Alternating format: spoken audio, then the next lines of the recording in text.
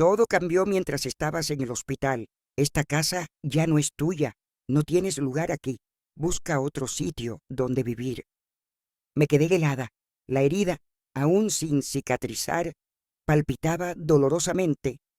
No podía creer que esas palabras salieran de la boca de mi único hijo, a quien había dedicado toda mi vida. Solo estuve hospitalizada 3 semanas por complicaciones de mi cirugía de cadera. Regresé con la esperanza de reunirme con mis seres queridos, solo para encontrar la puerta cerrada del hogar que Antonio y yo habíamos construido pacientemente durante 30 años. En ese instante comprendí la traición. No se trataba solo de perder mi hogar, tocaba una trama más oscura que aún no podía comprender. Si alguna vez te has preguntado qué pasa cuando una madre es llevada a su límite absoluto, sigue leyendo y dime en los comentarios desde qué ciudad lees esto. Mis papeles de alta hospitalaria se arrugaban en mi bolsillo mientras el taxi se detenía frente a mi casa de estilo clásico. 21 días habían parecido una eternidad. Complicaciones de mi cirugía de cadera me mantuvieron luchando contra la fiebre y la infección mientras el mundo seguía girando sin mí. Estaba agotada, pero aliviada de estar finalmente en casa. Hogar. La casa de 2 pisos que Antonio y yo habíamos restaurado con amor durante nuestros 30 años de matrimonio estaba ante mí, bañada por la luz del atardecer.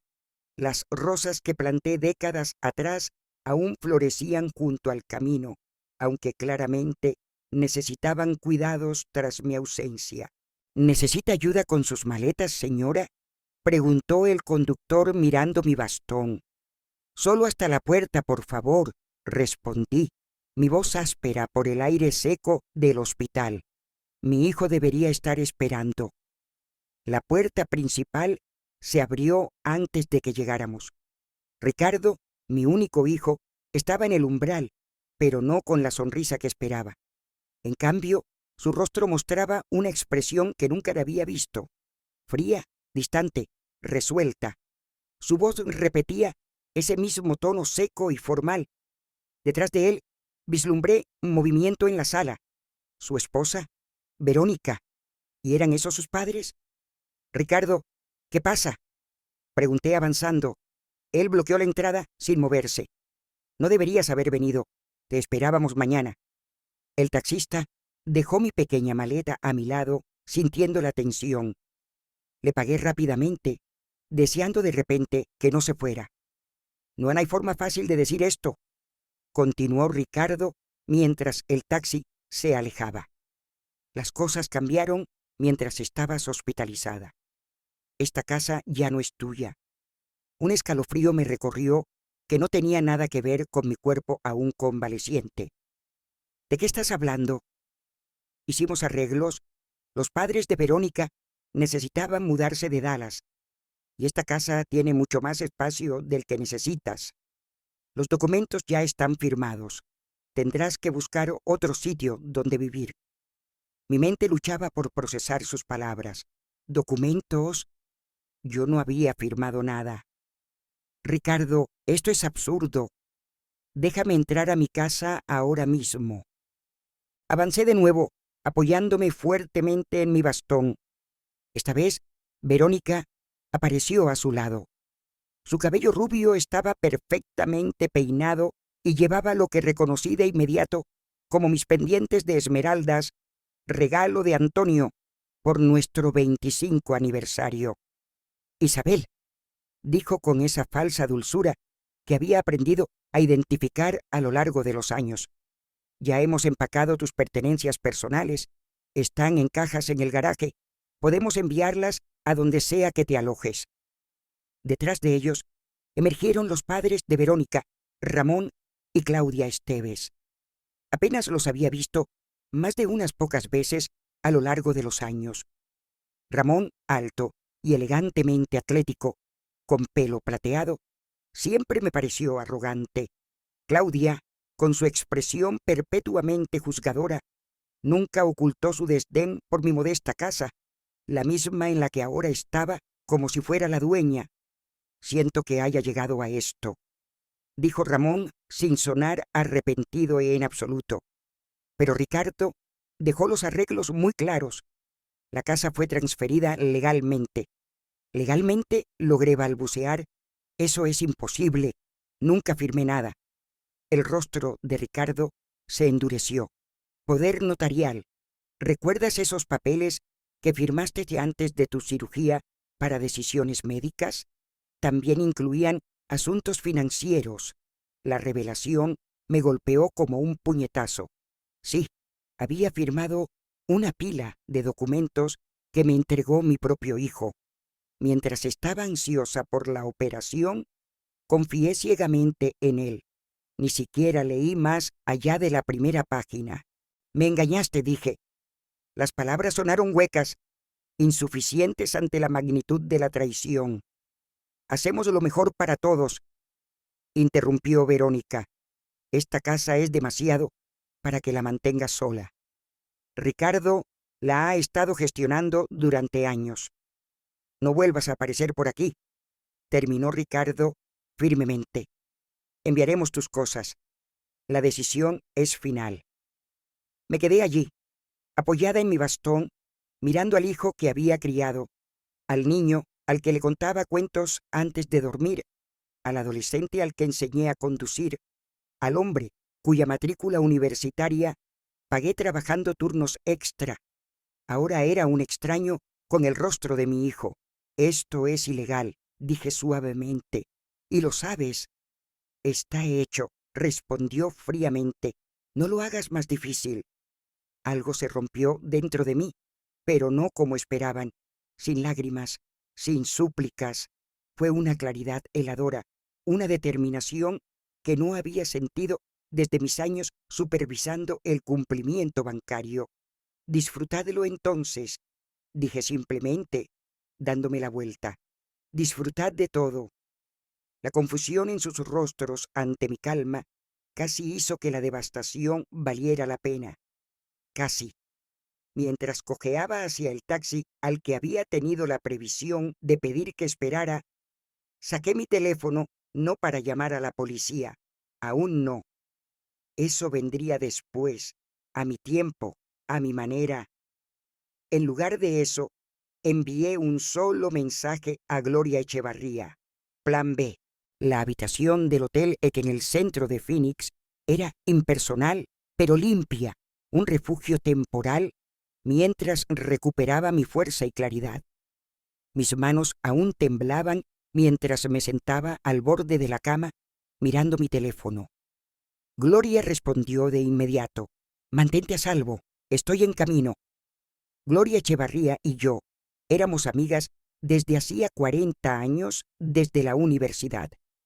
Ella se convirtió en una abogada formidable mientras yo construí mi carrera en cumplimiento bancario. Después de la muerte de Antonio, me ayudó a organizar mis asuntos con una meticulosidad nacida de nuestra paranoia profesional compartida. Siempre ten un plan de respaldo, me aconsejó, especialmente cuando se trata de dinero familiar.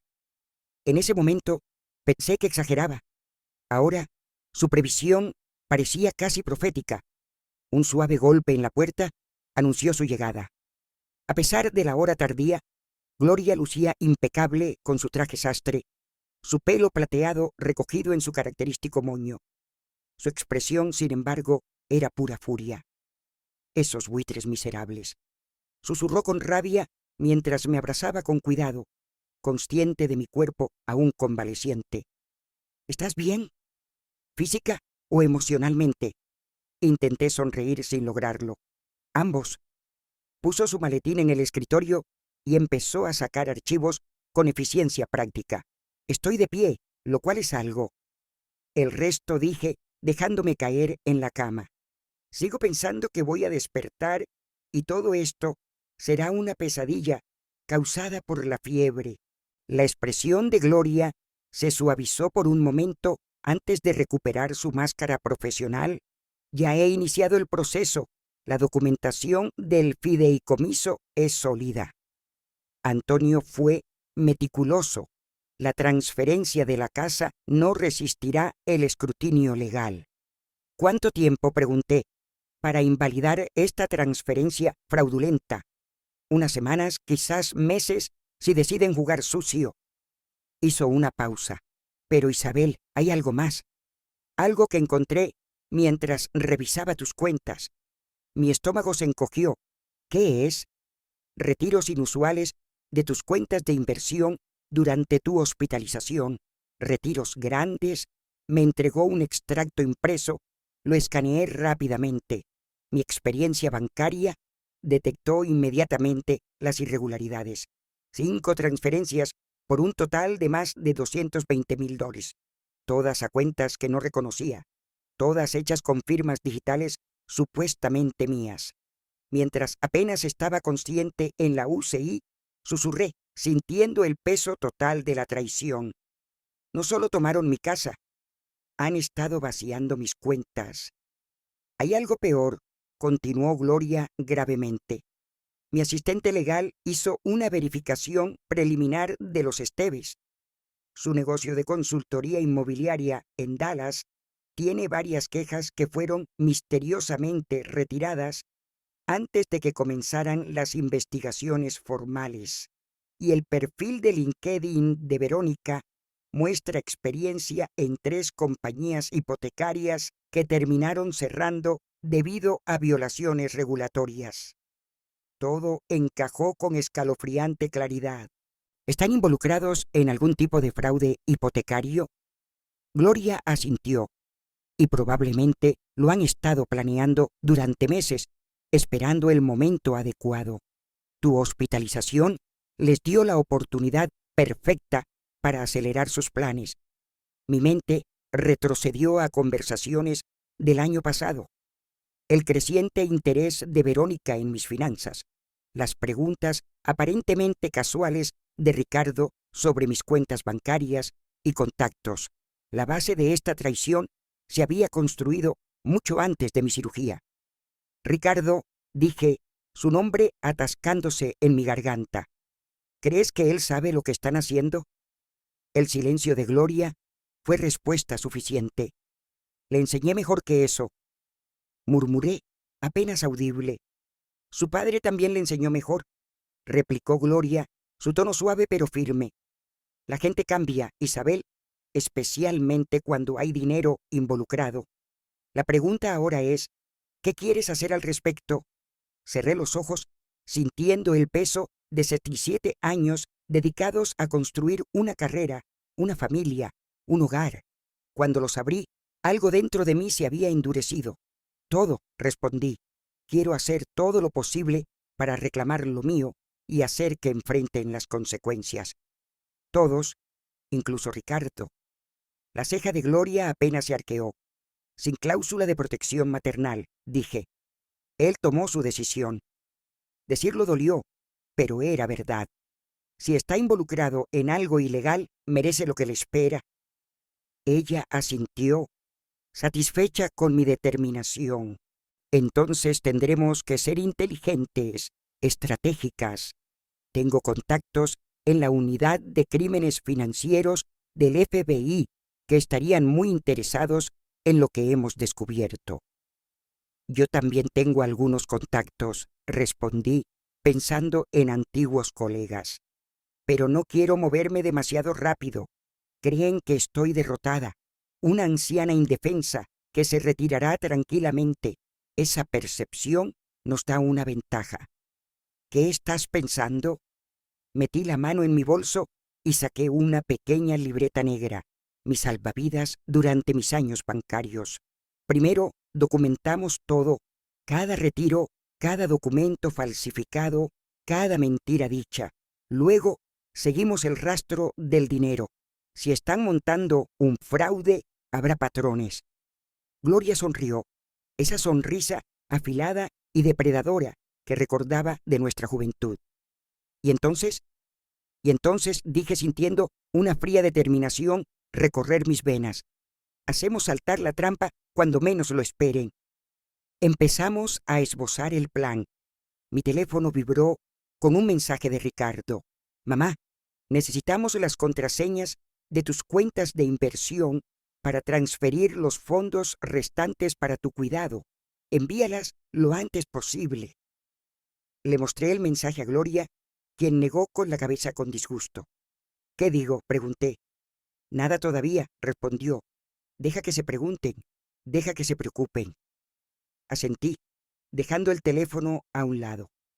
La vieja Isabel habría respondido al instante, ansiosa por calmar las aguas, por mantener la paz a cualquier costo.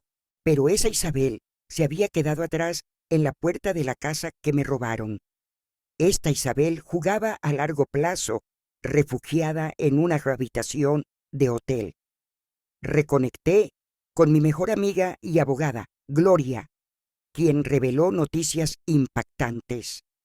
No solo se habían apoderado de mi casa, sino que también estaban vaciando mis cuentas mientras estaba hospitalizada. Al descubrir movimientos sospechosos en el historial comercial de los Esteves, tuve que enfrentar la desgarradora posibilidad de que mi propio hijo estuviera involucrado en algo verdaderamente siniestro. Aún recuperándome físicamente, pero más firme en mi resolución, tomé una decisión clave. En lugar de confrontarlos de inmediato, les dejaría creer que habían ganado mientras yo construía en silencio el caso que sería su perdición. Tienes que ver esto, dijo Gloria, deslizando su portátil por el escritorio del hotel. Habían pasado 3 días desde mi humillante desalojo. Nos habíamos mudado a una suite de estancia prolongada más cómoda, pagando en efectivo para no dejar rastros electrónicos.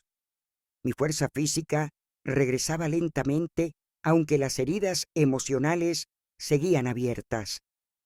La pantalla mostraba registros de propiedad de mi vecindario. Entrecerré los ojos revisando el documento. La tercera propiedad desde abajo, me indicó Gloria. Mis ojos se abrieron con sorpresa. La familia Molina, 2 casas más abajo, había vendido su casa hacía 3 meses. Los compradores, inversiones, Esteves, SL. Eso no puede ser coincidencia, murmuré. Aún mejor, dijo Gloria, pasando más documentos.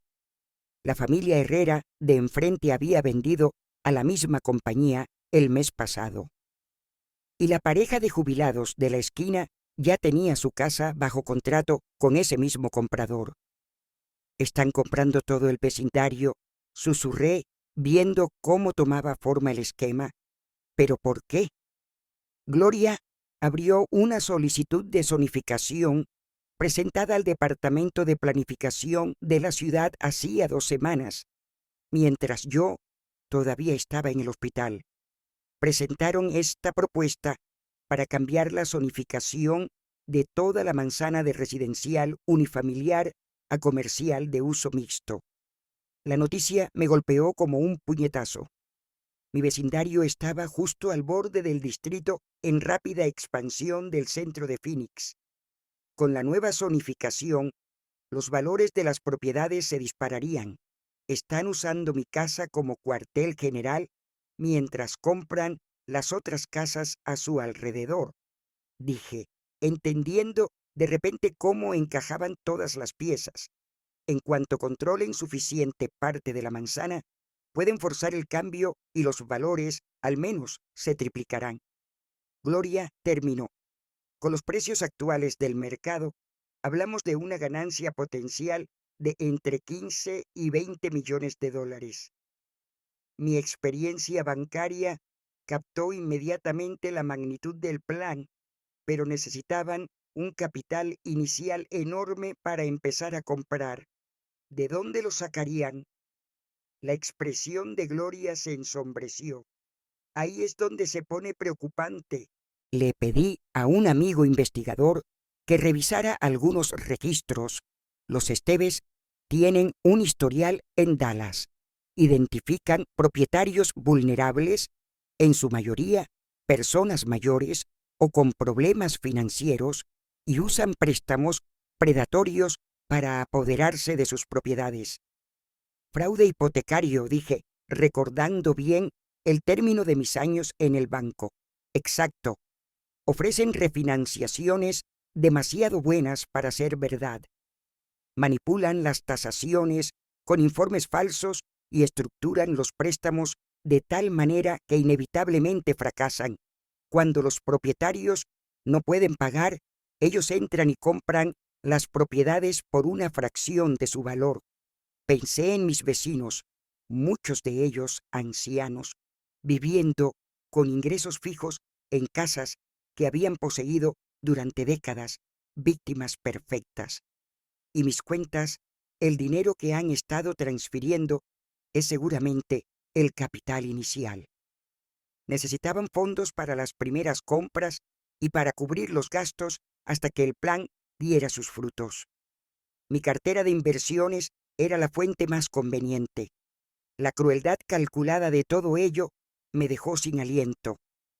No se trataba solo de mi casa y mi dinero. Se trataba de usarlo para destruir a toda mi comunidad. Gente que había estado en el funeral de Antonio, que me había traído comida cuando enviudé. ¿Y Ricardo? Pregunté, finalmente expresando la duda que me había atormentado. ¿Cuán involucrado está? Gloria dudó antes de abrir otra carpeta. Esto fue grabado hace 3 semanas en el First National Bank de Dallas. El vídeo de seguridad mostraba a Ricardo y Verónica entrando juntos al banco y reuniéndose con un oficial de préstamos. La marca de tiempo mostraba que fue 2 días después de mi cirugía, mientras yo todavía estaba fuertemente sedada en la UCI. Me di cuenta de que habían usado el poder notarial para abrir mi caja de seguridad. Entendí esto al reconocer el banco donde guardaba mis documentos importantes. Sí, y según el registro de acceso, confirmó Gloria, retiraron varios artículos, incluyendo la escritura original de tu propiedad y los papeles del fideicomiso. Cerré los ojos, abrumada por un momento. Mi propio hijo, el niño que una vez exigió absoluta justicia al jugar juegos de mesa, que había devuelto una cartera con $50 dentro. ¿Cómo pudo convertirse en esta persona? Hay algo más que deberías ver, dijo Gloria suavemente, mostrándome una cadena de correos electrónicos. Mis contactos en la SEC me los enviaron. Los Esteves han estado en su radar por un tiempo. Los correos eran entre Verónica y su padre, fechados hace casi 8 meses. Discutían sus planes en un lenguaje apenas velado, señalando propiedades en mi vecindario, evaluando qué propietarios podrían ser presa de sus engaños. Y lo más perturbador, mencionaban mi casa como su centro de operaciones una vez que obtuvieran el control. Una frase en particular me heló la sangre. Aún indeciso, pero sediento, decía: Madre, improbable recuperación total de cirugía programada. Cronograma acelerado. ¿Cirugía programada? Repetí casi en un susurro. Mi reemplazo de cadera no fue una emergencia. Había sido programado meses antes. Isabel. La voz de Gloria sonó como una advertencia, como si me preparara para un golpe. Estaban esperando esto.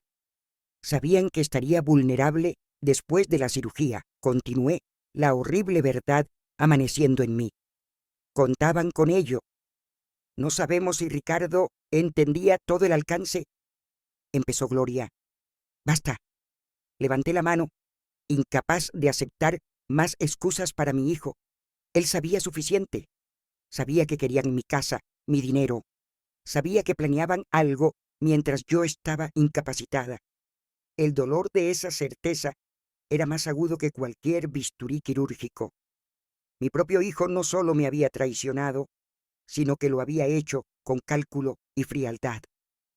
Me levanté, ignorando la protesta de mi cadera en recuperación, y caminé hacia la ventana. El horizonte de Phoenix brillaba bajo el atardecer, indiferente a mi tragedia humana desarrollándose en sus calles. ¿Qué quieres hacer?, preguntó Gloria suavemente. Me volví hacia ella, mi decisión cristalina. Quiero justicia, respondí simplemente. No solo para mí, sino para todos, para aquellos a quienes han estafado o planeaban estafar, y quiero mi casa de vuelta. Gloria asintió, seria pero firme. Entonces tendremos que movernos con cautela. Creen que ya han ganado. Eso nos da el elemento sorpresa. Bien, respondí. Un plan ya se formaba en mi cabeza, porque estaba a punto de darles la sorpresa de sus vidas. Mientras revisaba los registros de propiedad con Gloria, un patrón perturbador emergió. Los Esteves habían estado comprando casas sistemáticamente en todo mi vecindario, preparando un ambicioso plan de rezonificación valorado en millones.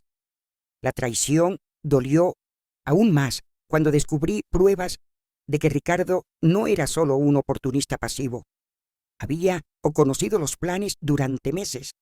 Incluso podría haber calculado la toma de control para que coincidiera precisamente con mi cirugía programada. Con mi comunidad y mis vecinos de toda la vida en peligro por su esquema depredador, mi resolución se endureció. Ya no se trataba solo de recuperar mi casa. Se trataba de detener una sofisticada operación de fraude antes de que más personas vulnerables cayeran víctimas. Y yo era precisamente la persona que sabía cómo hacerlo. Isabel, ¿estás segura de esto?, preguntó Gloria con preocupación, viéndome aplicar maquillaje en el espejo del baño del hotel. Tu cadera aún se está curando.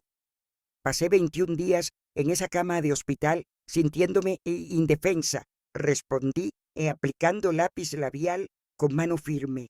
Se acabó la indefensión. Había pasado una semana desde mi desalojo. En ese tiempo, Gloria y yo habíamos reconstruido meticulosamente cómo funcionaba la operación de los Esteves. Su negocio en Dallas había dejado un rastro de víctimas financieras, personas mayores que lo perdieron todo a través de contratos predatorios y documentos falsificados. Ahora estaban replicando el mismo esquema en Phoenix, usando mi casa como base. El momento tiene que ser perfecto, le recordé, dándome una última mirada en el espejo.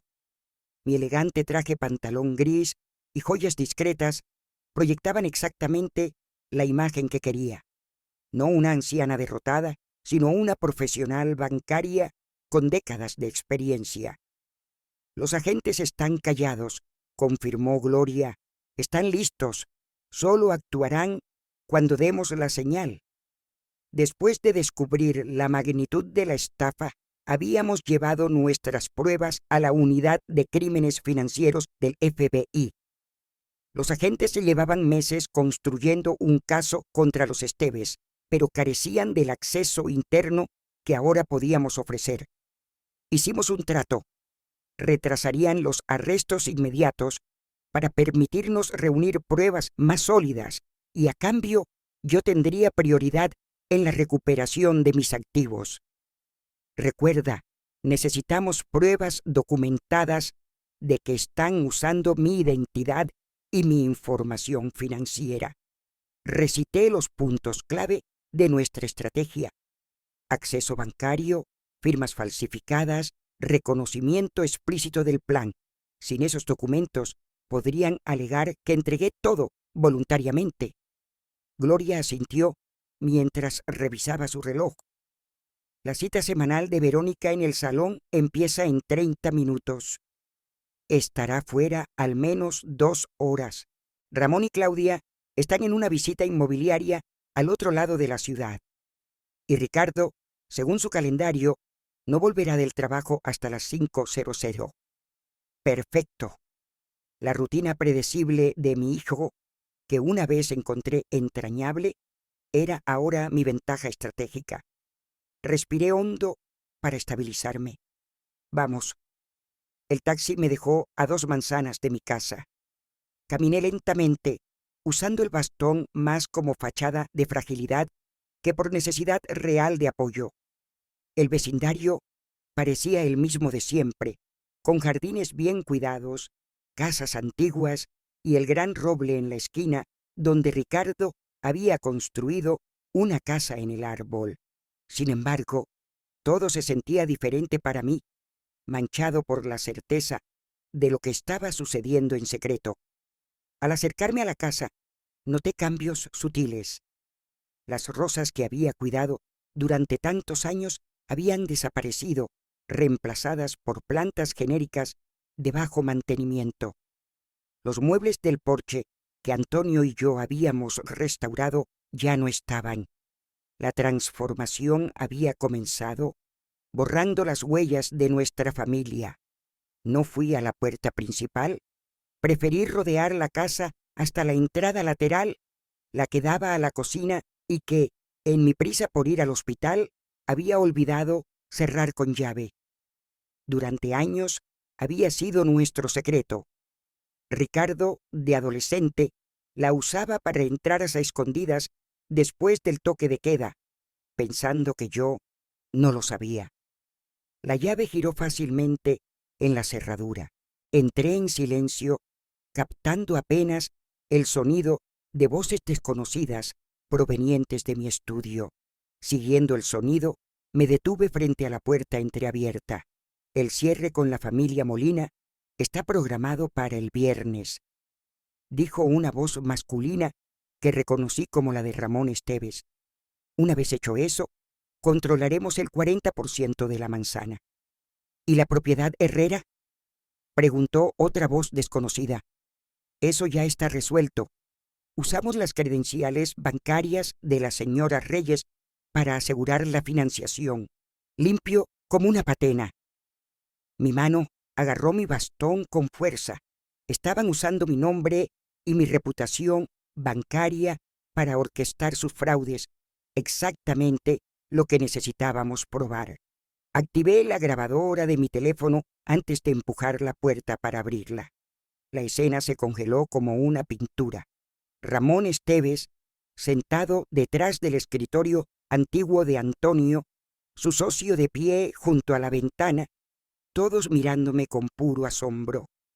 «Hola, Ramón», dije con calma, «¿discutiendo negocios en mi estudio?» Isabel reaccionó inmediatamente, levantándose. «Esto es inesperado. ¿Cómo entraste?» «Por la puerta», respondí directamente, «la misma puerta de la casa que legalmente todavía me pertenece». Su socio, un hombre nervioso de unos 30 años, nos miró inquieto. «¿Quiere que vuelva más tarde, señor Esteves?» «No hace falta», respondí antes de que Ramón pudiera abrir la boca. «Solo vine a recoger unos papeles personales que necesito». La expresión de Ramón se endureció. «Esta propiedad ya no es tuya». Ricardo fue muy claro al respecto. «Sí, lo fue», asentí, caminando hacia el archivador de la esquina.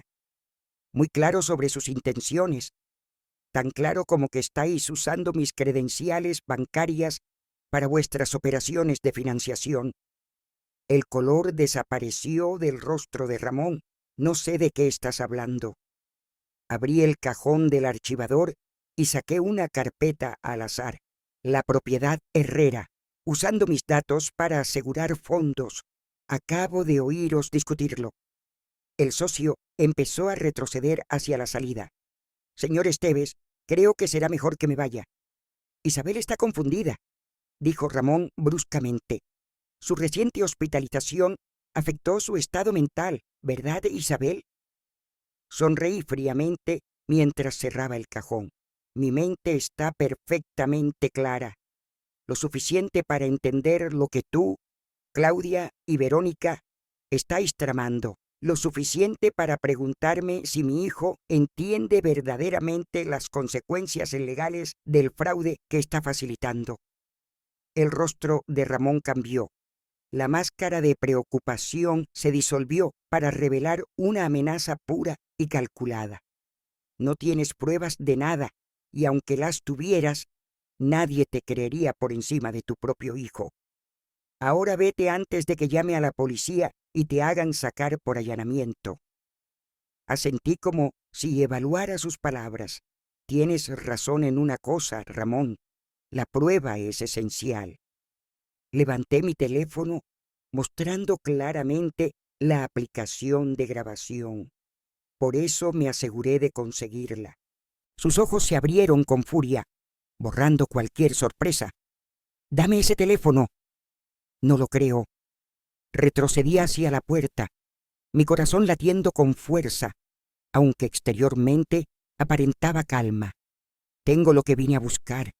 Disfruta la casa mientras puedas. Al girarme para irme, Ramón se abalanzó, agarrándome el brazo con una fuerza que me hizo daño. No te vas con esa grabación.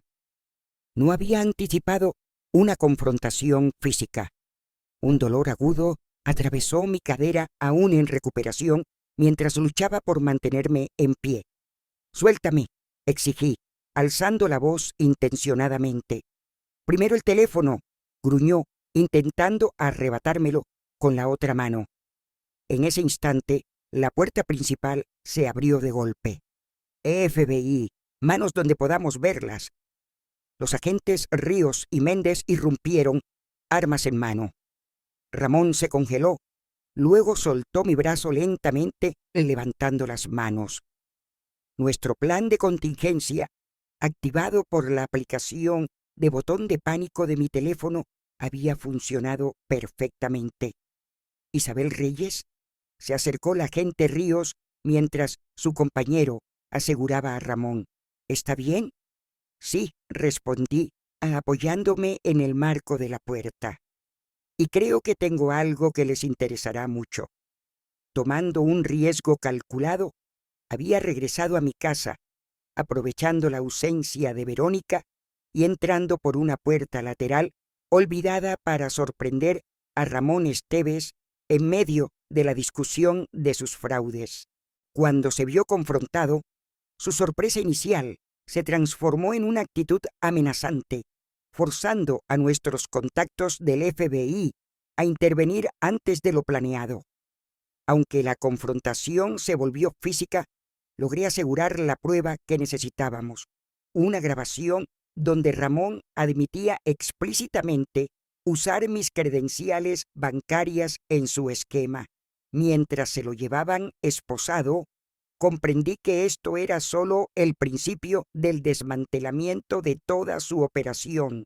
La verdadera prueba llegaría cuando mi hijo descubriera lo que estaba sucediendo y que su madre era responsable de la caída de los Esteves.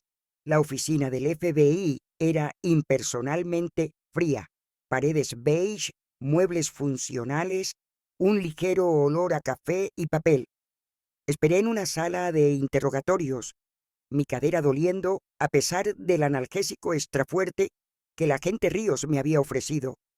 «Señora Reyes», comentó el agente Méndez cerrando su libreta. «Su grabación es increíblemente valiosa. Combinada con la documentación financiera que usted y la señora Echevarría proporcionaron, tenemos suficiente para asegurar órdenes de registro para todas las propiedades y registros de los Esteves». «¿Y qué hay de mi casa?», pregunté. «¿Y mis cuentas?». «Un juez ya ha emitido una orden de emergencia congelando cualquier transacción relacionada con su propiedad», me aseguró. «Nadie puede venderla o transferirla hasta que se aclare la propiedad legal». Sentí un profundo alivio, aunque sabía que esto era solo el principio. Los Esteves estaban bajo custodia, pero Ricardo y Verónica aún no sabían nada de lo que había pasado. «¿Qué pasa ahora?», quise saber. «Ejecutaremos órdenes de registro en su residencia esta noche», explicó Ríos. «La señora Esteves será llevada para interrogarla. En cuanto a su hijo». La agente vaciló, suavizando ligeramente su tono profesional. «Basándonos en sus declaraciones, tendremos que determinar el nivel de implicación que pudo haber tenido». La puerta se abrió y entró Gloria, su rostro serio pero satisfecho. Las primeras órdenes judiciales acaban de llegar. Se están moviendo simultáneamente sobre las oficinas de los Esteves en Dallas. Señora Reyes, dijo Méndez con cautela, entendemos que esto es complicado. Si prefiere no estar presente cuando ejecutemos la orden en su casa, estaré allí. Interrumpí firmemente. Es mi hogar. Quiero ver esto hasta el final. 3 horas later, it was in an unmarked FBI vehicle parked across from my house. The evening light was fading, lengthening shadows across the lawn where Richard once played as a child. Veronica's car was in the driveway. She had returned from her salon appointment, completely unaware that her father was being processed at the Federal Detention Center. In position? Ripps murmured from the driver's seat, listening to updates through her earpiece. Mrs. Sterling Hayes, confirmed inside, along with her daughter, arrived earlier than expected. My heart tightened. Richard wasn't supposed to be home yet. I had hoped to spare him the public spectacle of what was about to happen. I had even arranged for him to be approached separately at his office. Now he would experience the full force of the raid alongside his wife. "Are you sure you want to witness this?" Gloria asked beside me, covering my hand with hers. Before I could answer, a convoy of vehicles appeared down the street. 3 unmarked sedans and a tactical van. They pulled up in front of my house, and agents disembarked with synchronized movements, some wearing the characteristic FBI jackets. "Federal agents, we have a warrant." The words resonated clearly in the quiet neighborhood as they approached the front door. I didn't hear the response from inside, but the door opened. A moment later, from my angle, I could see Veronica in the doorway, her face shifting from confusion to shock. Behind her, Richard appeared, positioning himself protectively beside his wife. "It's time," Rip said, opening her door. "Please stay behind us." As we crossed the street, neighbors emerged from their homes, drawn by the commotion. I felt their curious, concerned gazes, some perhaps relishing the unfolding drama. Veronica was the first to see me approaching. Behind the agents, her carefully maintained composure shattered. "You," she spat, her voice rising hysterically. "You did this." Richard's eyes locked onto mine. His expression shifted from confusion to horror as he understood that I was with the federal agents, not being questioned like them. "Mom?" His voice cracked slightly. "What's going on?" "Your mother has provided evidence of a large-scale financial fraud committed by the Sterling family." Agent Mendez stated formally, "We have a warrant to search these premises and confiscate all relevant documents and electronic devices." "Fraud?" Richard repeated, looking genuinely confused. "What fraud? This is absurd." "It is," I said, advancing, my cane tapping a rhythm against the ground. "Raymond was very clear this morning about using my banking credentials to secure fraudulent financing in my study in my house." Veronica's face drained of all color. "You were here? How did you do it?" "The side door," I replied simply. "There are some things about this house you never bothered to learn, Veronica. Like the fact that it legally belongs to a trust created by my late husband, which cannot be transferred without the signature of all trustees, including Gloria, who certainly never signed anything." Richard looked at me and his wife, growing increasingly desperate. "Mom, it's been a misunderstanding. We wanted to help you by stealing my house, draining my accounts, setting up your in-laws in a property scheme, using my financial reputation." My voice remained firm despite the whirlwind of emotions inside me. "That's not helping, Richard. That's fraud. That's theft." Mrs. Sterling Hayes, we need you to come with us for questioning. Ripps interjected, gesturing toward one of the vehicles. Veronica's surprise gave way to a calculated calm. I want my lawyer present. I won't say anything without representation. That's your right, Mendez acknowledged, before turning to Richard. Mr. Torres, we'll also need to speak with you. I don't understand, Richard said, his voice hollow. Mom, what have you done? The question, so backward, so revealing of his inability to recognize his own culpability, hit me like a punch. What have I done? I repeated, staring at him. I've protected myself and others from people who believe they can take whatever they want without consequences. I taught you better than this, Richard. Your father taught you better. As agents led Veronica toward a waiting vehicle, she turned with unexpected venom. You think you've won? You have no idea what will happen when my father's lawyers get involved. Your father is already in custody, I interrupted calmly. And your mother, too. The FBI is currently searching your offices in Dallas. It's over, Veronica. Her face twisted with fury as agents firmly guided her into the car. Richard remained on the porch, watching in disbelief as other agents entered our house, carrying equipment to collect evidence. Mom, he murmured as I turned to follow Gloria back to our vehicle. I didn't know everything they were planning. You have to believe me. I paused, observing the face of the son I had raised, searching for truth in his eyes. Perhaps you didn't know everything, I conceded, but you knew enough, Richard, and still you chose them instead of me. As I walked away, I heard his broken voice behind me. Where am I supposed to go now? I didn't look back. That question echoed the very one I had faced when he threw me out of my own home.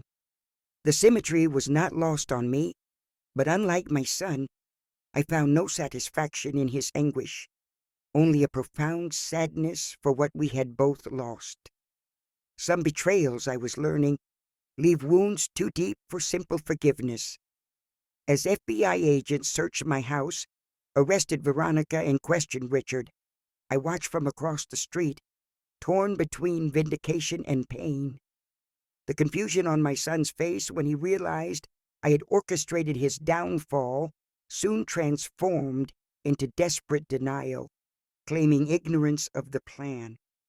Veronica's mask of composure finally broke, revealing the calculating criminal she had always been, while another part of me recoiled at Richard's pleading question, where am I supposed to go now? I recognized the poetic justice. He was experiencing exactly what he had put me through. Some lessons come at a terrible cost, but as I walked away from the house I would soon reclaim, I knew this confrontation was only the first step on a longer path toward justice and perhaps, one day, healing. Deberías comer algo, Isabel. Gloria empujó un recipiente de sopa hacia mí sobre el escritorio del hotel que habíamos convertido en una oficina improvisada. Habían pasado 3 días desde la operación del FBI. 3 días de declaraciones, revisión de pruebas y audiencias legales, dejándome casi sin espacio para procesar todo lo que había sucedido. No tengo hambre, respondí, revisando el último paquete de documentos que Gloria había traído de su oficina. No has tenido hambre en días, insistió. Tu cuerpo aún se está recuperando, necesitas fuerza. Suspiré, sabiendo que tenía razón. El peaje físico y la tensión me habían alcanzado. A regañadientes, abrí el recipiente y probé una cucharada de la sopa de pollo. Mejor, asintió Gloria, satisfecha. Ahora deberíamos discutir la reunión de mañana. La reunión a la que se refería sería mi primer encuentro cara a cara con Ricardo desde la operación. Lo había solicitado a través de su abogado, un joven defensor público llamado Marcos Ríos, que se había puesto en contacto con Gloria el día anterior. Dice que no entendía el alcance de la operación de los Esteves. Continuó Gloria en tono neutral. Afirma que Verónica lo mantuvo al margen de casi todo y que el poder notarial que te engañó para firmar le permitió transferir fondos de tus cuentas. No pude evitar la amargura que se filtró en mi voz. ¿También estaba al margen de esos dos? La expresión de Gloria se suavizó. No lo defiendo, Isabel. Solo transmito lo que dijo su abogado. Dejé la cuchara en el plato, sin ganas de comer más. ¿Qué más dijo este Ríos? Ricardo quiere cooperar plenamente con la investigación. Ha ofrecido dar testimonio detallado sobre Verónica y sus padres a cambio de que se considere su situación en su propio proceso. Los está traicionando. La idea no debería haberme sorprendido y sin embargo lo hizo. El Ricardo que conocía siempre había sido ferozmente leal. Instinto de supervivencia, sugirió Gloria. Las pruebas contra los Esteves son abrumadoras. Está tomando la decisión legal más conveniente. ¿Y qué quiere de mí?, pregunté, aunque ya lo sospechaba. Oficialmente, nada. La reunión es supuestamente solo para que te dé su versión de los hechos. El tono escéptico de Gloria dejó claro que no creía que esa fuera toda la verdad. Extraoficialmente, mi impresión es que espera que hables con los fiscales en su nombre. La súplica de una madre por clemencia podría tener mucho peso. Cerré los ojos, agotada hasta la médula. La idea de enfrentar a Ricardo, de escuchar sus justificaciones y excusas, me oprimía el pecho con dolor. No tienes que reunirte con él, me recordó Gloria suavemente. En este punto no le debes nada. Lo sé, dije, pero necesito respuestas, Gloria. Necesito entender cómo mi hijo pudo convertirse en alguien capaz de hacer esto. La sala de interrogatorios del edificio federal era fría y austera. Una mesa metálica, sillas incómodas y un gran espejo que sin duda ocultaba una sala de observación. Me senté con Gloria a mi lado, mis manos entrelazadas sobre la mesa para ocultar su ligero temblor. Cuando se abrió la puerta, apenas reconocí al hombre que entró. Ricardo, mi hijo, siempre seguro de sí mismo y bien arreglado, parecía desaliñado. Su traje habitual había sido reemplazado por pantalones caqui arrugados y una camisa sencilla. La sombra de barba en su rostro revelaba que no se había afeitado en días. «Mamá», dijo mientras tomaba asiento frente a mí. Su abogado, un joven serio, con gafas de montura metálica, se sentó a su lado.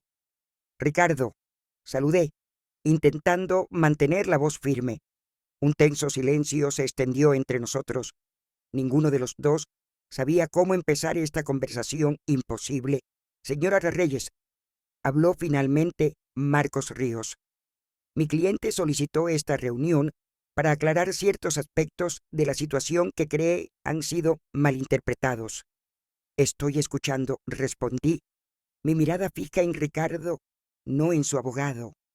Ricardo se aclaró la garganta. «Primero, quiero que sepas que nunca quise que las cosas llegaran tan lejos. Cuando Verónica y yo hablamos de que sus padres se mudaran a Phoenix, se suponía que era temporal, solo hasta que encontraran su propio lugar. Y el poder notarial lo interrumpí, el que me engañaste para firmar antes de mi cirugía». Bajó la mirada avergonzado. «Esa fue idea de Verónica. Dijo que era solo una precaución por si había que tomar decisiones mientras te recuperabas. Sin embargo, lo usaste para transferir mi casa y vaciar mis cuentas», acusé.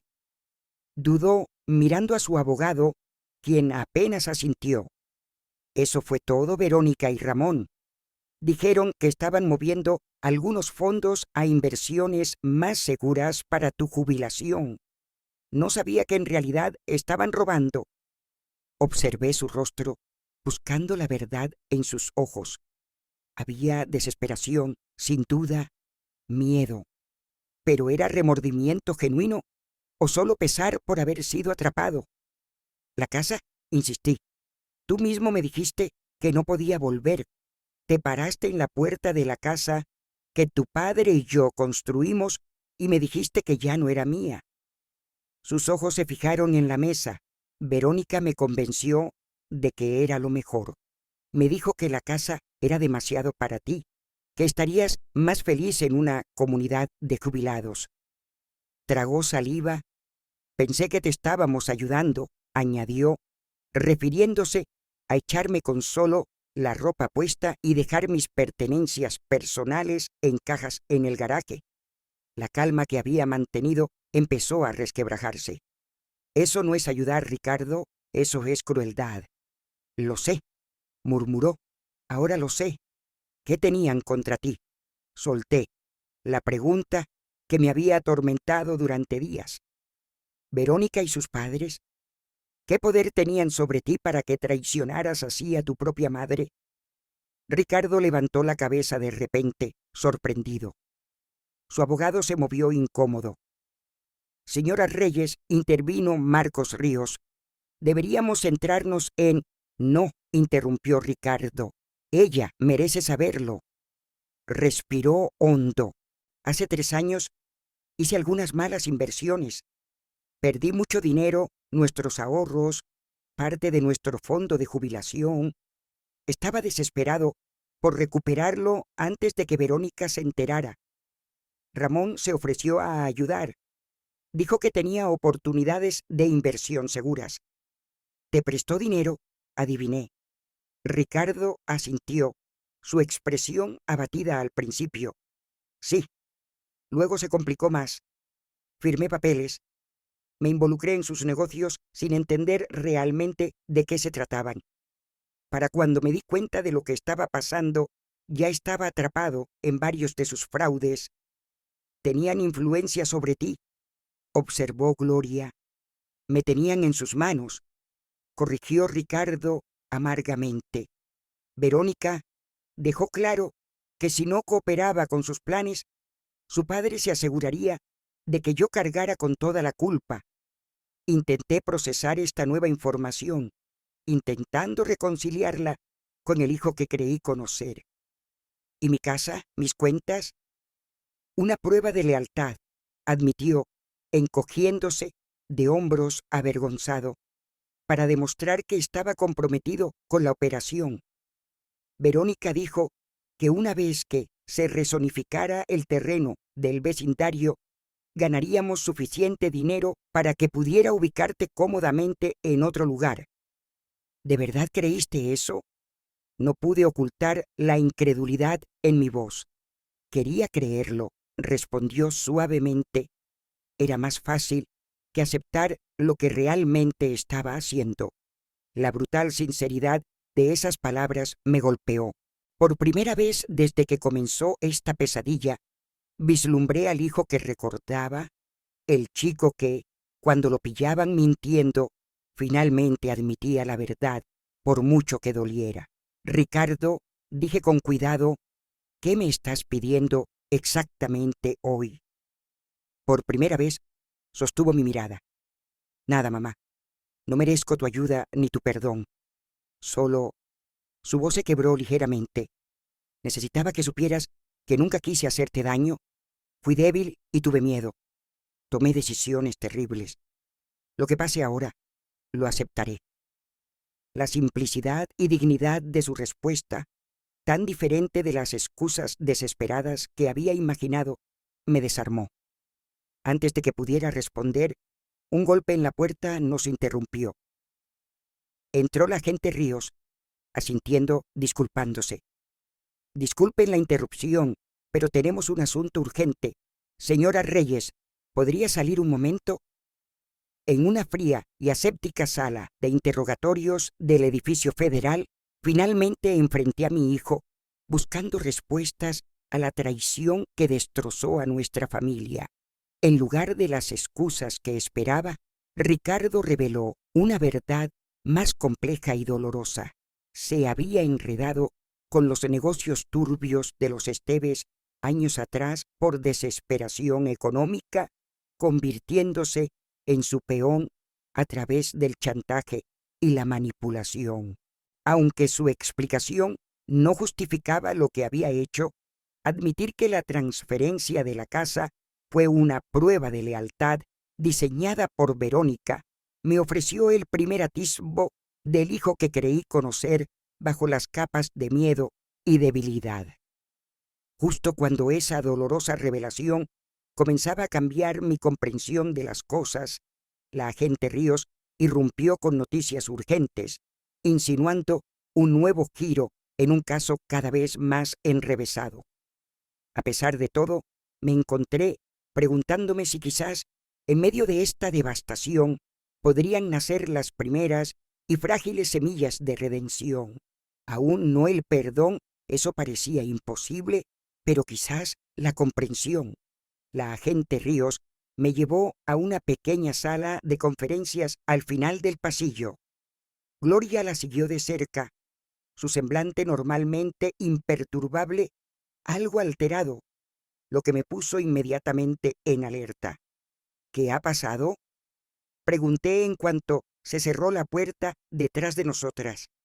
Hemos estado ejecutando nuevas órdenes de registro vinculadas a los archivos de los Esteves, explicó Ríos, colocando una carpeta sobre la mesa. Un equipo en Dallas encontró algo que necesita ver. Abrió la carpeta y sacó varias fotografías, disponiéndolas cuidadosamente frente a mí. Me incliné observando las imágenes abrumadoras con creciente desconcierto. Mostraban una habitación de hospital privada, equipo médico y un paciente en una cama. No entiendo, dije levantando la vista. ¿Qué tiene que ver esto con...? Las palabras se atascaron en mi garganta al enfocar la última foto. La paciente era yo, inconsciente, conectada a monitores en la UCI durante mi reciente hospitalización. Estas fueron encontradas en una caja fuerte oculta en la oficina de Ramón Esteves en Dallas, explicó Ríos en voz baja. Junto a ellas, colocó otro conjunto de documentos sobre la mesa. Mis registros médicos, notas del doctor, órdenes de medicación y mis propias historias clínicas, que deberían haber estado bajo estricta protección en el Phoenix General Hospital. ¿Cómo consiguieron esto?, preguntó Gloria, su instinto de abogada captando inmediatamente las implicaciones. Eso es lo que nos preocupa, replicó Ríos. Las marcas de tiempo de estas fotos no coinciden con los horarios regulares de visita, y estos documentos contienen información a la que los familiares normalmente no tendrían acceso. Un escalofrío me recorrió al entender lo que estaba insinuando. Alguien dentro del hospital colaboraba con ellos. Ríos asintió sombríamente. Hemos identificado a una enfermera que accedió a sus registros en varias ocasiones cuando ni Ricardo ni Verónica estaban presentes.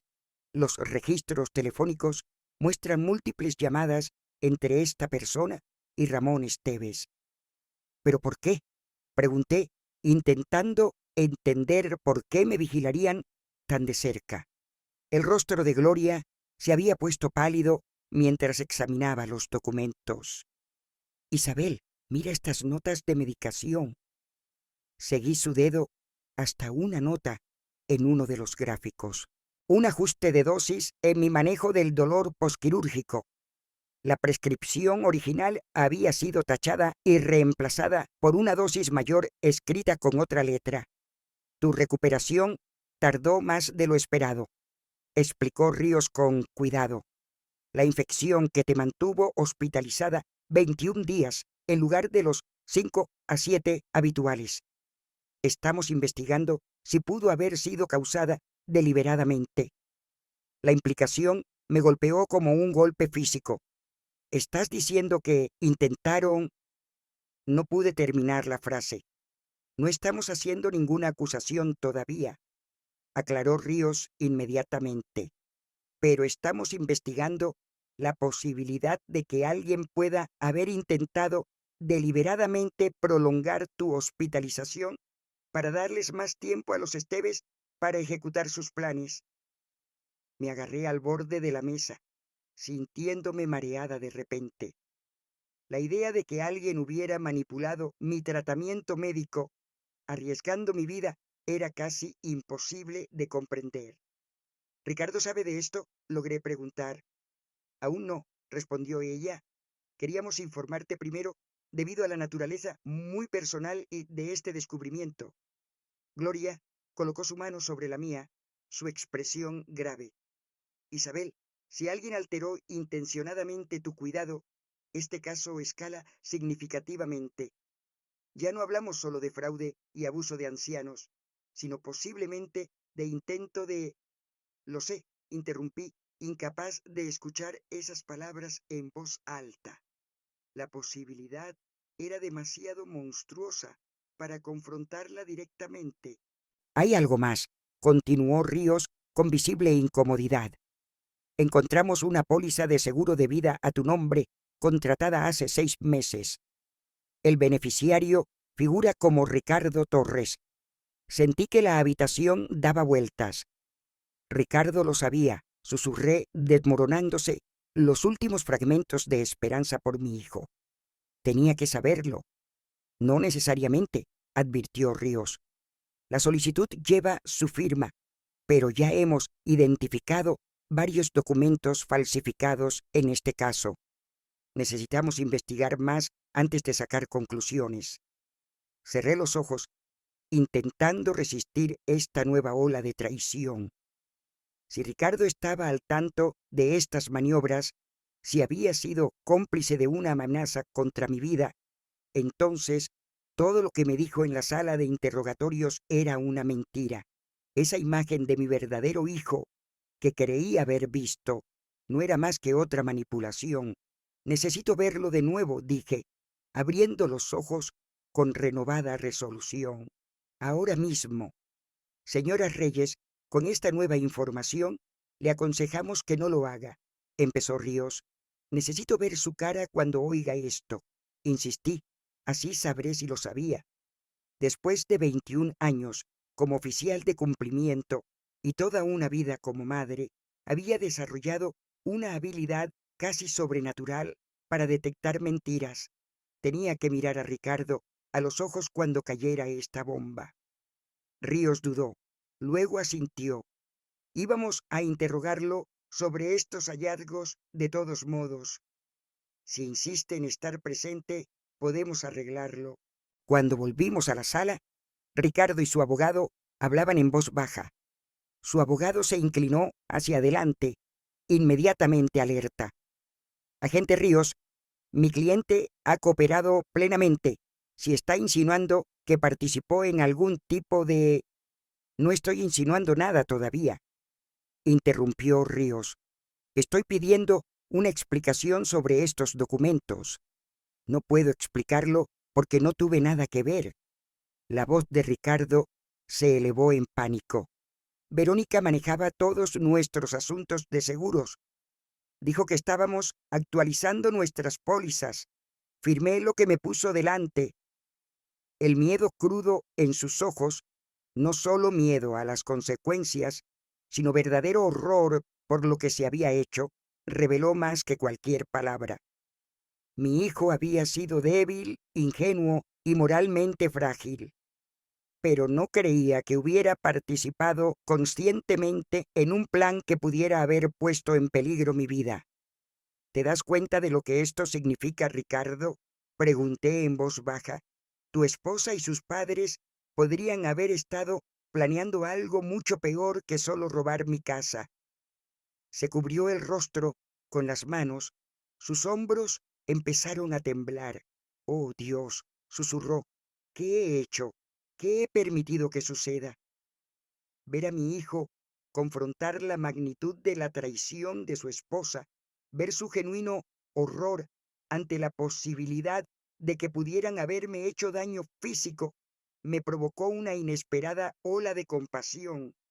Ricardo Había tomado decisiones terribles, me había traicionado de maneras que parecían imperdonables. Pero también era una víctima de la manipulación de los Esteves, otra pieza en un juego mucho más oscuro de lo que él mismo entendía. Necesito enmendar mi declaración, dijo de repente, levantando la vista con nueva determinación. Necesito contaros todo lo que sé sobre Verónica y sus padres. Todo. Una revelación devastadora destrozó lo poco que quedaba de mi mundo. Había pruebas que sugerían que los Estevez complicaron deliberadamente mi recuperación médica, posiblemente incluso poniendo en peligro mi vida. Lo más impactante de todo fue el descubrimiento de una póliza de seguro de vida a mi nombre con Ricardo como beneficiario. Cuando se le confrontó con esta evidencia, el genuino horror y shock de mi hijo me dijeron lo que necesitaba saber desesperadamente. Aunque me había traicionado terriblemente, no estaba implicado en este aspecto monstruoso del plan, mientras Ricardo enfrentaba la verdadera naturaleza de las acciones de su esposa. Su determinación de revelarlo todo insinuaba que secretos aún más oscuros quedaban por descubrirse. A pesar de mi persistente ira, me encontré pensando que quizás en medio de esta pesadilla podrían nacer las primeras y frágiles semillas de redención. Aún no el perdón, eso parecía imposible, pero quizás la comprensión. 17 propiedades. El agente Méndez extendió un mapa sobre la mesa de la sala de conferencias, todas adquiridas a través de los mismos métodos fraudulentos, todas canalizadas a través de empresas fantasma vinculadas a los Esteves. Habían pasado 2 semanas desde las explosivas revelaciones sobre mis registros médicos. Me habían trasladado a un apartamento seguro proporcionado por el FBI, mi ubicación solo conocida por Gloria y los agentes asignados al caso. La investigación había crecido exponencialmente, descubriendo una red criminal mucho más amplia de lo que se pensó inicialmente. ¿Y la enfermera? Pregunté la pregunta que me había atormentado desde que supe que alguien podría haber complicado deliberadamente mi recuperación. Miranda Jiménez, respondió Ríos, empujando un expediente de personal hacia mí. Trabajó en cuidados posquirúrgicos durante 3 años. Hemos confirmado que recibió varios pagos de una empresa fantasma de Esteves por un total de más de $25,000 en los últimos 6 meses. ¿Ha admitido haber manipulado mi medicación? Necesitaba saber toda la verdad, por dolorosa que fuera. Méndez y Ríos intercambiaron miradas. Está cooperando, dijo Méndez con cautela. Según su declaración, se le ordenó prolongar su periodo de recuperación ajustando ciertos medicamentos e introduciendo una leve contaminación bacteriana durante los cambios de vía intravenosa. Mi estómago se revolvió ante la frialdad de esa explicación clínica, que en realidad significaba un daño calculado. Pudo haberme matado. Afirma que calibró la contaminación para causar una hospitalización prolongada sin arriesgar su vida, añadió Ríos, su tono cargado de repulsión, como si eso mitigara lo que había hecho. ¿Y Verónica orquestó todo esto? La pregunta casi sonaba retórica. Ya sabía la respuesta. Ramón Esteves hizo el contacto inicial con Jiménez, confirmó Méndez, pero la evidencia indica que Verónica diseñó los detalles. Mensajes de texto recuperados de su teléfono incluyen preguntas precisas sobre su horario de tratamiento, régimen de medicación y fechas de alta anticipadas. Cerré los ojos por un momento, todavía tratando de asimilar la crueldad calculada de todo ello. Mi propia nuera había prolongado deliberadamente mi sufrimiento para ganar tiempo para su esquema. ¿Y la implicación de Ricardo? Preguntó Gloria, expresando lo que yo no podía. No encontramos pruebas de que supiera sobre la manipulación médica, dijo Ríos. Su cooperación ha sido extensa y creemos que es genuina. La Fiscalía considera su testimonio crucial para sostener el caso contra los Esteves. Al menos un pequeño alivio. Mi hijo me había traicionado, pero no había conspirado para hacerme daño físico. La diferencia era significativa, aunque no borraba el dolor de sus acciones. ¿Hay algo más que deba ver?, preguntó Méndez, deslizándome otra carpeta. Esto fue recuperado del correo electrónico privado de Verónica. Dentro había una serie de mensajes entre Verónica y sus padres que se remontaban a casi 2 años. Habían diseñado meticulosamente un plan para apoderarse de mis bienes, empezando por aislarme de familiares y amigos, luego apropiándose gradualmente de mis asuntos financieros y finalmente reubicándome en un centro de cuidados a largo plazo una vez que tuvieran todo bajo control legal. Esa frialdad hizo que me temblaran las manos mientras leía. Me habían señalado mucho antes de que mi cirugía de cadera fuera necesaria, viendo mi deterioro físico como una oportunidad para explotar. Mi hospitalización solo aceleró su cronograma. Y esto, continuó Méndez, es quizás lo más perturbador. Puso ante mí un anuncio impreso de una comunidad de jubilados de lujo en Arizona. Iba acompañado de un correo electrónico de Verónica a sus padres. Ubicación perfecta para Isabel una vez finalizado todo. Decía, aislado, supervisión mínima, y la unidad de memoria admite pacientes sin demasiada documentación médica. Una vez que esté allí, tendremos control absoluto sobre todas las visitas y comunicaciones. Planeaban institucionalizarme, encarcelarme efectivamente en un lugar lejano donde sería fácilmente olvidada mientras ellos disfrutaban de sus ganancias mal habidas. Habrá cargos adicionales basados en esta evidencia, explicó Ríos. Abuso de ancianos, conspiración y posiblemente intento de homicidio, dependiendo de cómo interprete el fiscal la manipulación médica. Asentí, demasiado abrumada para hablar de inmediato. La magnitud de lo que habían planeado, la destrucción calculada, no solo de mi seguridad financiera, sino también de mi libertad y dignidad, era casi imposible de asimilar. ¿Cuándo puedo volver a casa?, pregunté finalmente, la pregunta que me había atormentado durante semanas. El equipo forense terminó en su residencia ayer, respondió Méndez. Técnicamente podría regresar ahora, aunque recomendamos esperar hasta que confirmemos que no hay riesgos de seguridad. Quiero ir hoy, respondí firmemente. Necesito estar de vuelta en mi propio espacio. Gloria apretó mi mano en señal de apoyo. Me quedaré contigo los primeros días. Podemos instalar seguridad adicional si es necesario. Ríos asintió. Podemos arreglarlo, pero hay otro asunto que tratar. Dudó por un momento. Ricardo ha solicitado otra reunión contigo. Será trasladado a una prisión de mínima seguridad en espera del juicio, y ha pedido verte antes de eso. Mi primer instinto fue negarme. La herida de su traición todavía estaba en carne viva, y no estaba segura de tener la fuerza emocional para otra confrontación.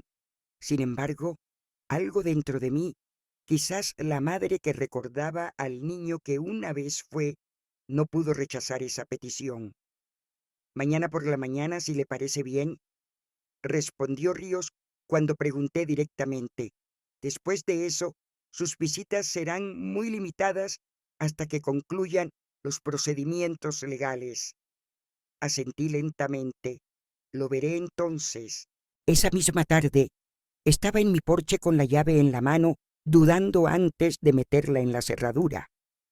La fachada parecía la misma, pero sabía que dentro extraños habían invadido mi espacio. Habían planeado mi caída en el lugar que debería haber significado seguridad. «Tómate tu tiempo», dijo Gloria suavemente a mi lado. «Esto va a ser difícil». Respiré hondo y giré la llave.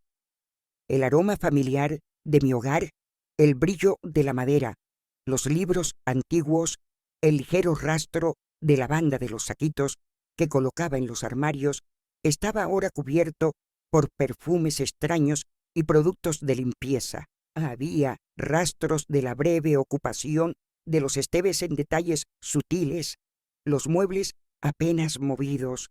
Mi orquídea favorita ya no estaba en el solarium. Cortinas nuevas colgaban en la sala.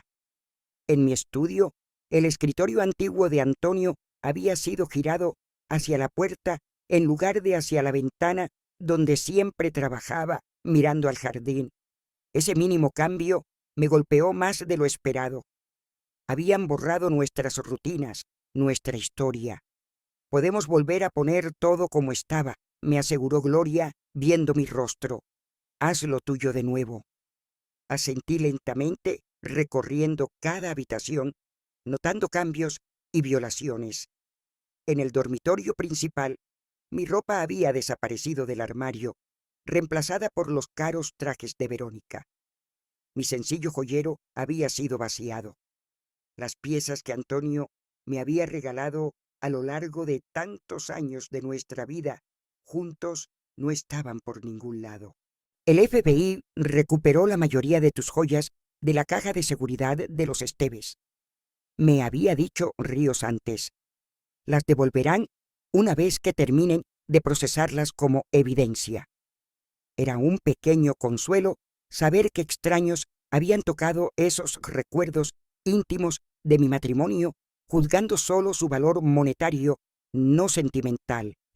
En la cocina, mi colección de tarjetas de recetas escritas a mano, incluyendo las de mi madre y mi abuela, irreemplazables, habían sido desechadas, reemplazadas por libros de cocina brillantes y modernos que claramente nunca habían sido usados.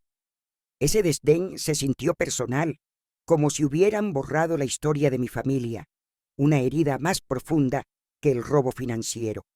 Mientras inspeccionaba los daños, una extraña calma se apoderó de mí. Esta casa, estas pertenencias, habían sido violadas, pero seguían siendo mías. Había sobrevivido, había luchado y reclamado lo que me quitaron.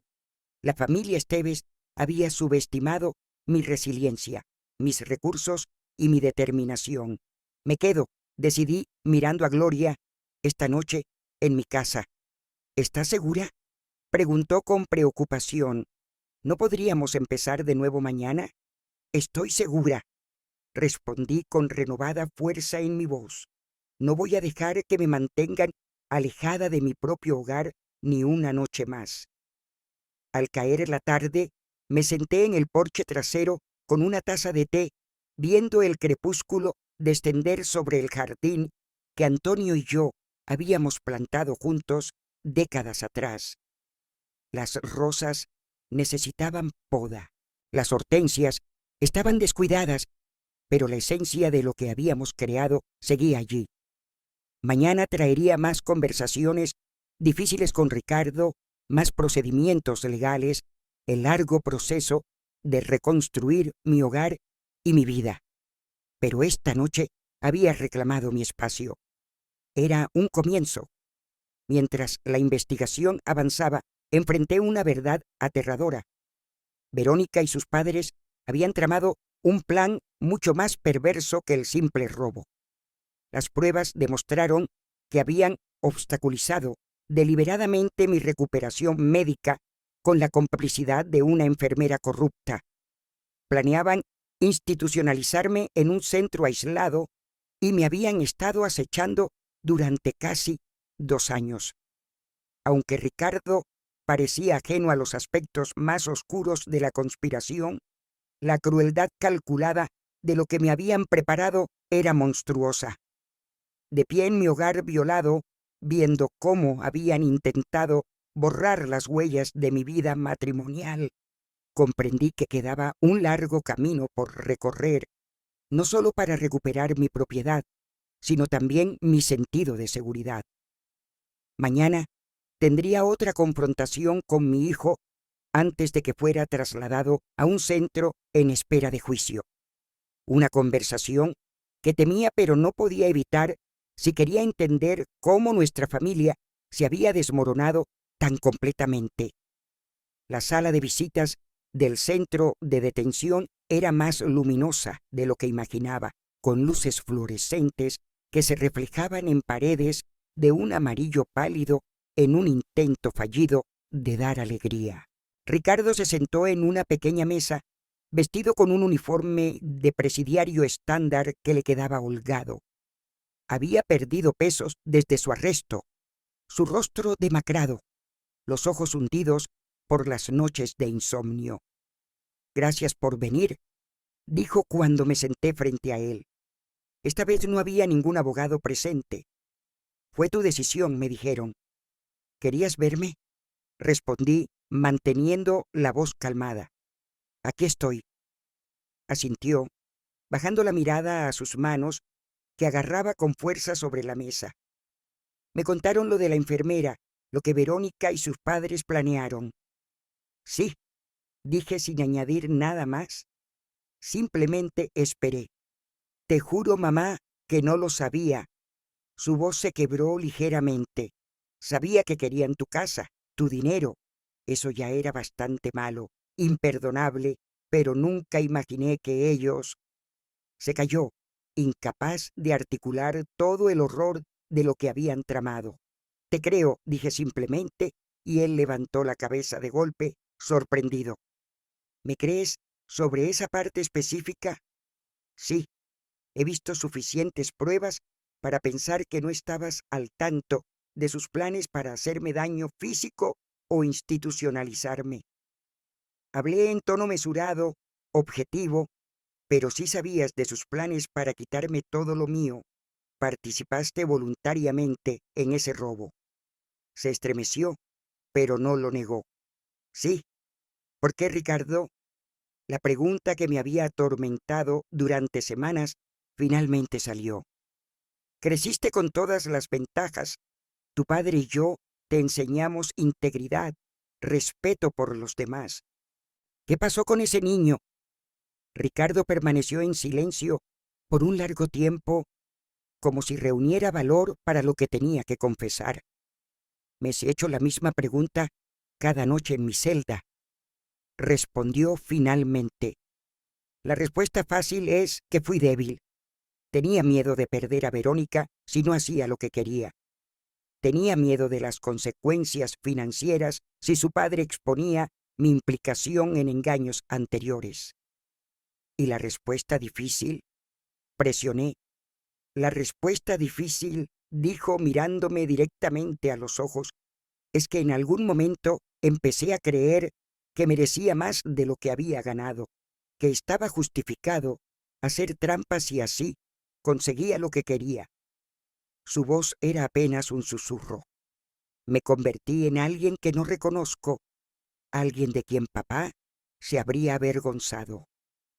La mención de Antonio, que había estado tan orgulloso de nuestro hijo, que soñaba con el hombre en que se convertiría, me atravesó el pecho con un dolor agudo. «Tu padre estaría decepcionado», admití sin dudar, «y yo también. Pero creo que lo que más le decepcionaría no es que cometieras errores, sino que traicionaras tus propios principios para cubrirlos». Ricardo asintió, aceptando esa verdad sin excusas. «Los fiscales han ofrecido un acuerdo de culpabilidad.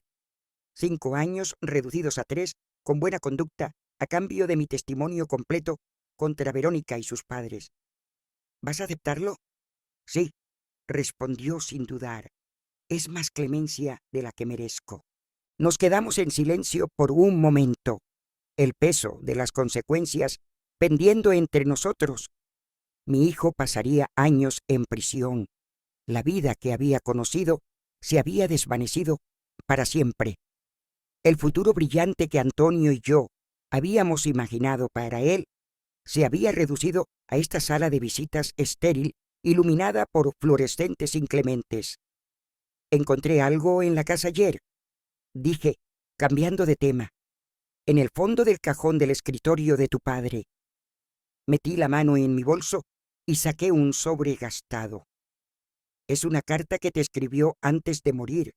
Me pidió que te la diera cuando creyera que más la necesitabas.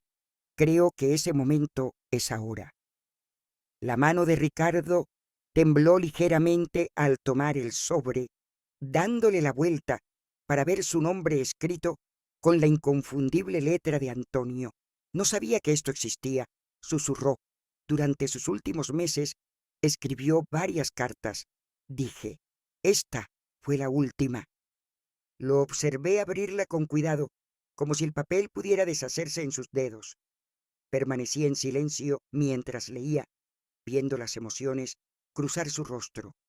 Dolor, vergüenza y finalmente algo parecido a la determinación.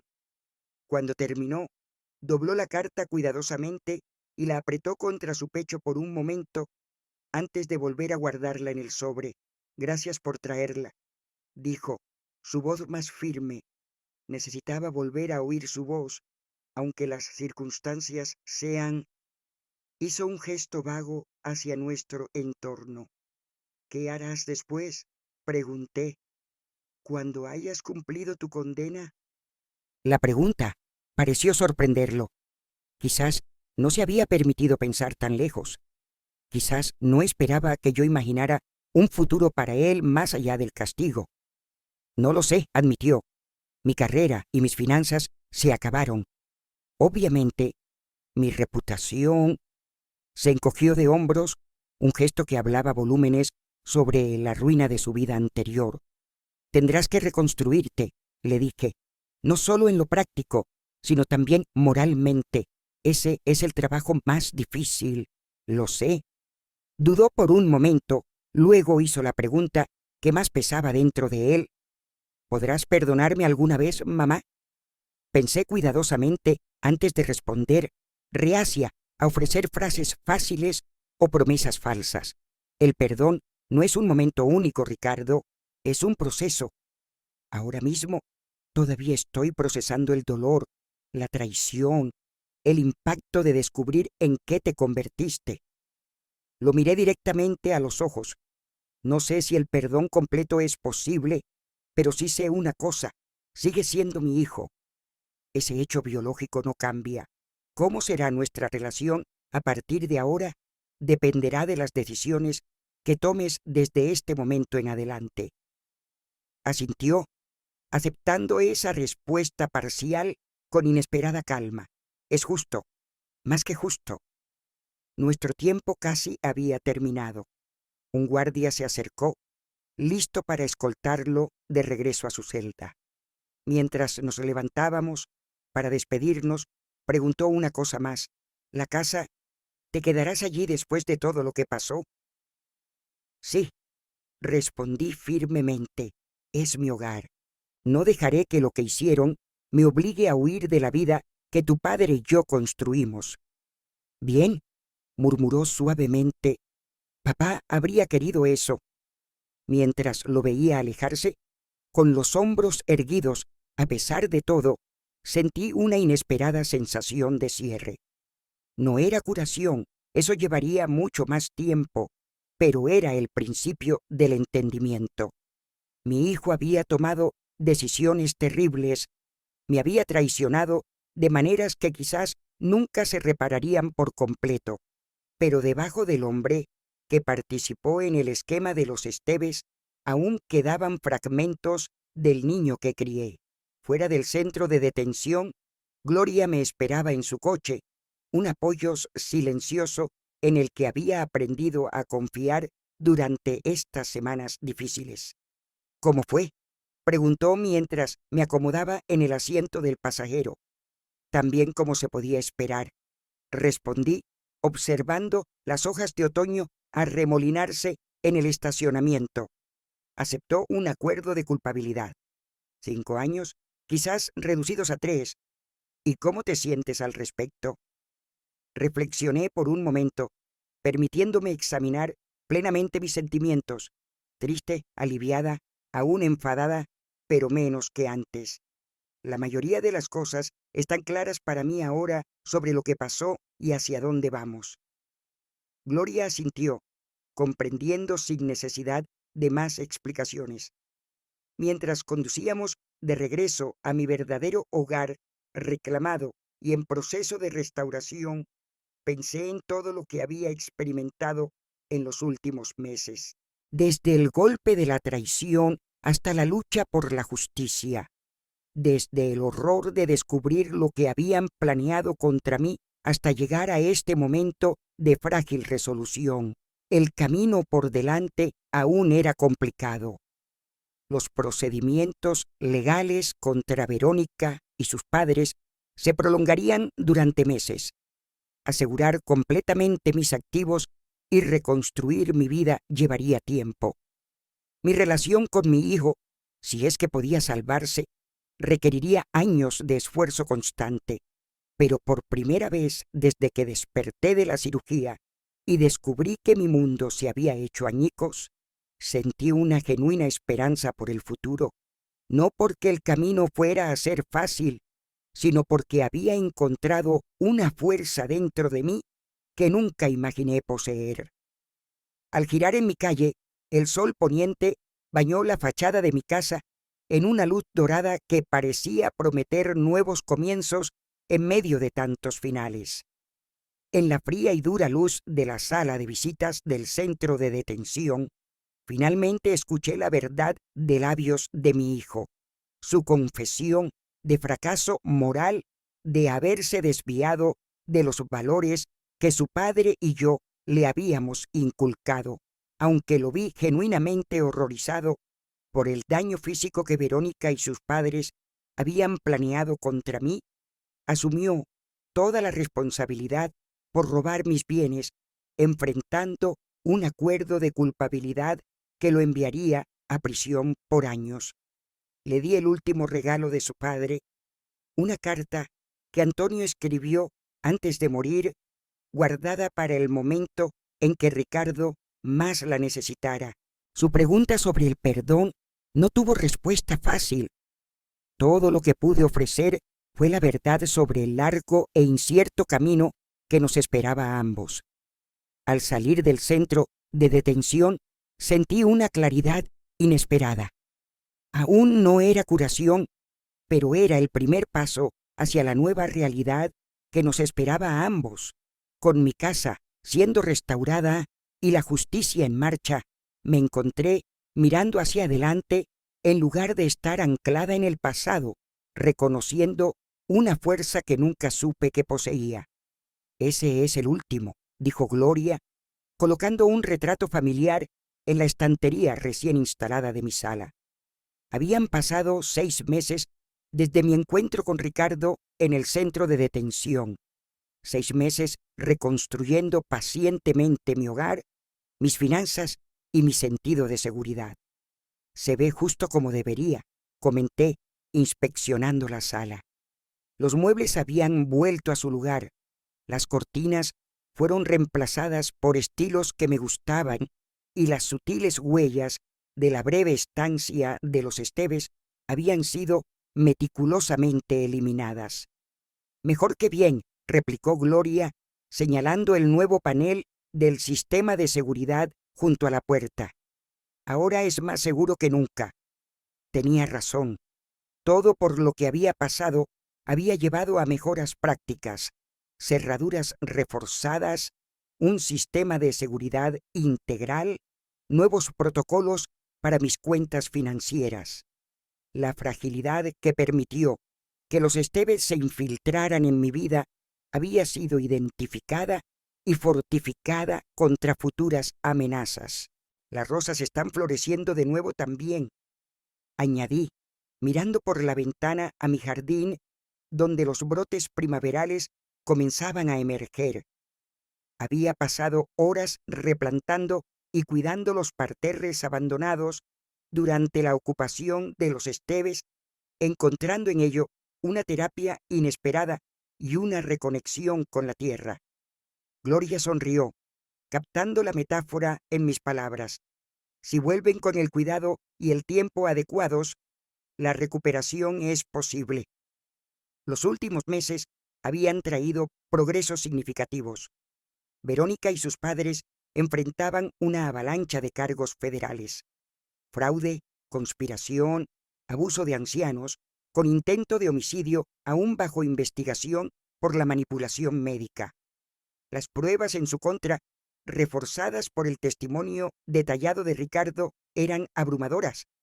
Para evitar un juicio con sentencias potencialmente más largas, aceptaron acuerdos de culpabilidad: 20 años para Ramón, 15 para Claudia, 18 para Verónica. La magnitud de su red criminal resultó ser aún mayor de lo que se pensó inicialmente, con víctimas identificadas en 3 estados. La enfermera que había alterado mi medicación recibió 8 años, su sentencia reducida a 5, a cambio de testificar sobre otros pacientes vulnerables a los que los Esteves habían apuntado. La investigación descubrió 2 casos previos de propietarios ancianos que murieron en circunstancias sospechosas después de involucrarse con las propiedades de inversión de Esteves, ahora reabiertos como posibles homicidios. Mi vecindario se salvó del plan depredador de rezonificación. Con la operación de los Esteves expuesta, las propiedades que habían adquirido estaban siendo devueltas a sus legítimos propietarios o a sus herederos. La comunidad se unió, creando una red de apoyo para personas mayores para protegerlas de futuras estafas similares. ¿Has decidido sobre la visita?, preguntó Gloria, sacándome de mis pensamientos mientras servía 2 vasos de té helado. La visita a la que se refería era la última petición de Ricardo. Ahora, después de 3 meses cumpliendo condena en un centro de mínima seguridad, había preguntado si consideraría verlo de nuevo.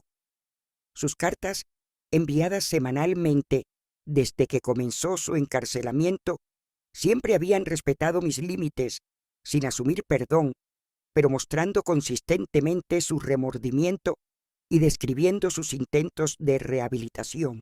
Creo que iré, dije, sorprendida por la certeza en mi voz. No la semana que viene, tengo la recaudación de fondos del club de jardinería, pero quizás la siguiente. Gloria asintió, su expresión cuidadosamente neutral. Pareces más tranquila con la idea que hace un mes. Soñé con Antonio anoche, expliqué, y el recuerdo me trajo un consuelo inesperado. Estábamos en el columpio del porche, hablando como en los viejos tiempos. Me dijo algo que se me quedó grabado: sanar no significa borrar la herida, significa encontrar un propósito en la cicatriz. Suena como Antonio, comentó Gloria con una suave sonrisa. Siempre encontraba sabiduría en los momentos difíciles.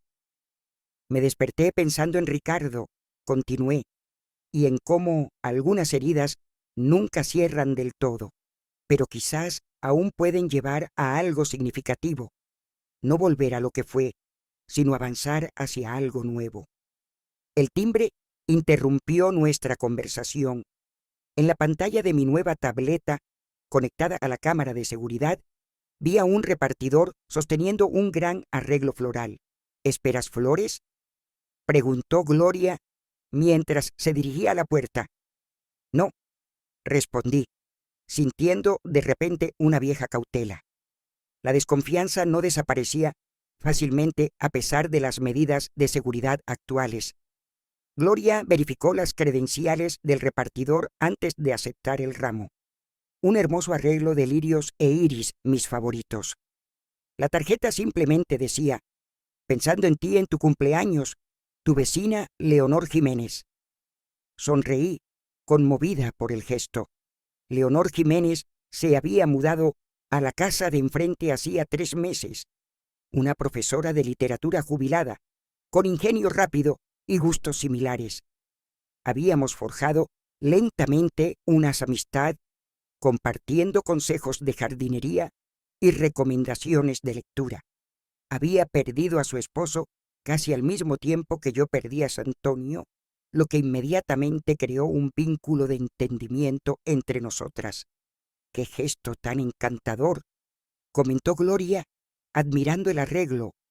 Estás construyendo una comunidad muy sólida aquí. Tenía razón. Después del escándalo de los Esteves, había tomado la decisión consciente de fortalecer mis conexiones en lugar de retirarme al aislamiento. El club de lectura del vecindario que había fundado ya se reunía mensualmente en mi sala. El centro comunitario para personas mayores, donde hacía voluntariado 2 veces por semana, se había convertido en un lugar de valiosas amistades. El club de jardinería me dio la bienvenida con entusiasmo por mi experiencia con rosas antiguas, incluso nombrándome jefa de la exposición anual. Estos lazos auténticos, libremente elegidos, se habían convertido en mi mayor defensa contra cualquier vulnerabilidad futura. He estado pensando en la fundación, dije mientras nos acomodábamos en el columpio del patio con nuestras tazas de té. La Fundación de Investigación Médica Antonio Molina, aclaré refiriéndome a la organización que mi esposo había creado antes de fallecer para financiar estudios sobre la rara afección cardíaca que acabó con su vida. ¿Qué pasa con ella?, preguntó Gloria. Quiero ampliar su misión, expliqué. Añadir una división centrada en la protección de ancianos, apoyo legal, prevención de fraudes, educación y servicios a las víctimas. Los ojos de Gloria se iluminaron con interés. Usando tu experiencia para ayudar a otros en situaciones similares. Exactamente. Los Esteves tuvieron docenas de víctimas antes de apuntarme a mí. La mayoría no tenía mis recursos ni el conocimiento para defenderse. Quiero cambiar esa realidad para otros. Es una idea maravillosa, dijo Gloria cálidamente. Antonio estaría orgulloso. Creo que sí, respondí, mirando hacia el vecindario donde había logrado reconstruir mi sentido de hogar y seguridad, encontrando propósito en la cicatriz, como él solía decir. Mientras la tarde se convertía en noche, permanecimos en un silencio cómodo, observando a los vecinos regresar del trabajo y a los niños jugar en los patios cercanos, el pulso de la comunidad latiendo a nuestro alrededor. El trauma de lo que había vivido nunca desaparecería por completo. Siempre habría momentos de alerta intensa, ecos de traición que surgirían de repente, pero esas cicatrices ya no definían mi existencia diaria. Se habían convertido en una fuente de sabiduría, empatía más profunda y propósito renovado. Más tarde, cuando Gloria se fue, me senté en el escritorio de Antonio, ahora correctamente colocado frente a la ventana del jardín, y empecé a esbozar la estructura de la nueva división de la fundación. Mientras trabajaba, sentí que todo tenía sentido, como si un ciclo se estuviera cerrando. Los Esteves me habían elegido porque veían una viuda anciana, frágil y fácilmente explotable. La fundación transformaría esa dolorosa experiencia en protección para muchos otros. Mañana traería nuevos desafíos, una reunión con la junta de la fundación, preparativos para mi futura visita a Ricardo, la restauración del jardín que había sido descuidado durante mi ausencia. Pero por primera vez en muchos meses, esperaba estos desafíos con verdadero entusiasmo, no solo con determinación. Mi teléfono sonó, interrumpiendo mi trabajo. Era Leonor, la vecina de enfrente, llamando para asegurarse de que las flores habían llegado bien y para invitarme a un concierto de música de cámara el próximo fin de semana. Mientras hablábamos, comprendí cuánto había cambiado mi vida en los 6 meses desde que recuperé mi casa. La traición había roto algo esencial en mí. mi confianza básica en la familia, en la protección que se supone que ofrecen los espacios familiares. Pero de esa ruptura habían surgido nuevas fortalezas, nuevas conexiones, un propósito diferente que quizás nunca habría nacido de otra manera. Encontrar propósito en la cicatriz, murmuré para mí misma mientras colgaba. La sabiduría de Antonio resonaba en mi mente, no borrando la herida, sino permitiéndole transformarse en algo significativo, en algo que con el tiempo podría convertirse en una forma de belleza. 6 meses después de confrontar a Ricardo, me encuentro en una fase de renovación inesperada. Mientras mi casa es restaurada a su antiguo esplendor y el jardín florece de nuevo bajo mi cuidado, recibo noticias de que Verónica y sus padres han aceptado largas condenas de prisión por sus crímenes. Su extensa red criminal finalmente ha sido desmantelada. El vecindario que atacaron se ha unido en defensa mutua, fortaleciendo los lazos comunitarios. Mientras tanto, he forjado nuevas amistades y lazos comunitarios que enriquecen mi vida diaria.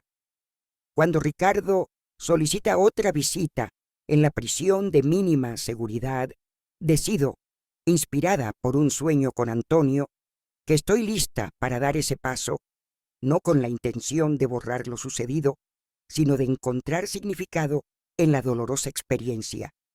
Ese propósito toma forma concreta en mi plan de expandir la Fundación de Investigación Médica Antonio Molina para incluir servicios de protección a ancianos, transformando mi trauma personal en un escudo para otros que podrían convertirse en víctimas.